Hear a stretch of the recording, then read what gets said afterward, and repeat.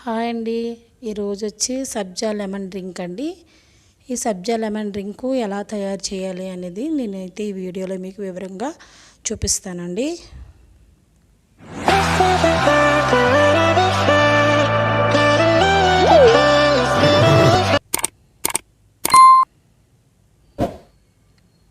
ముందైతే ఒక కప్పులో కొంచెం మనం ఐస్ వేసుకోవాలండి.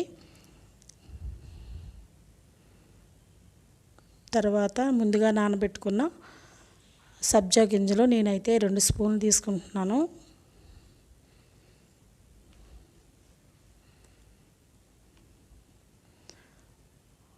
అలాగే నిమ్మరసం. ఇది మనం ఎక్కడికన్నా వేసవికాలం బయటికి వెళ్ళి వచ్చేటప్పటికి ఏదైనా చల్లగా కూల్గా తాగాలనిపించినప్పుడు వెంటనే ఇలా చేసుకుని తాగితే చాలా చల్లగా ఉంటుందండి.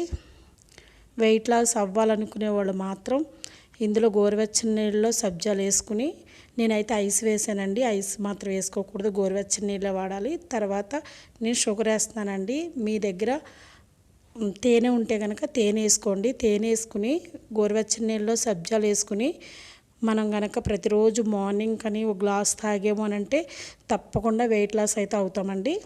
నేనైతే ఇది చల్లగా ఉండడానికి నేను చేస్తున్నాను కాబట్టి ఇందులో ఐస్ వేసాను. అలాగే నా దగ్గర తేనె లేదు కాబట్టి నేనైతే షుగర్ వాడానండి. అలాగే ఇప్పుడు మామూలు మనం నార్మల్ వాటర్ వేసుకుని శుభ్రంగా అది మొత్తం కలిసేంత వరకు కూడా మనం స్పూన్తో కలుపుకోవాలి.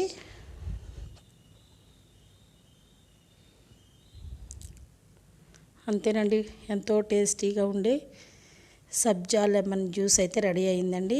ఇందులో కొంచెం పైన అయితే మనం పుదీనా వేసిన తర్వాత కూడా స్పూన్తో కూడా కలుపుకోవచ్చండి. పుదీనా వేసిన చాలా అది కూడా మంచిది. ఇప్పుడైతే మనం ఈ డ్రింక్ అయితే ఎలా ఉందో ఒక్కసారి టేస్ట్ చూద్దామండి.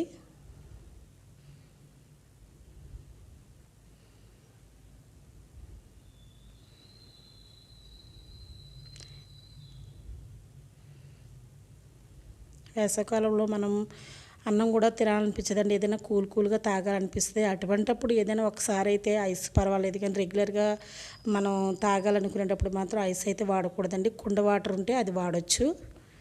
ఇదండి ఈ వీడియో. మీకు నచ్చినట్లయితే లైక్ చేయండి, షేర్ చేయండి, సబ్స్క్రైబ్ చేసుకోండి. ప్లీజ్ అండి, నా వీడియోని మీరు సపోర్ట్ చేయండి.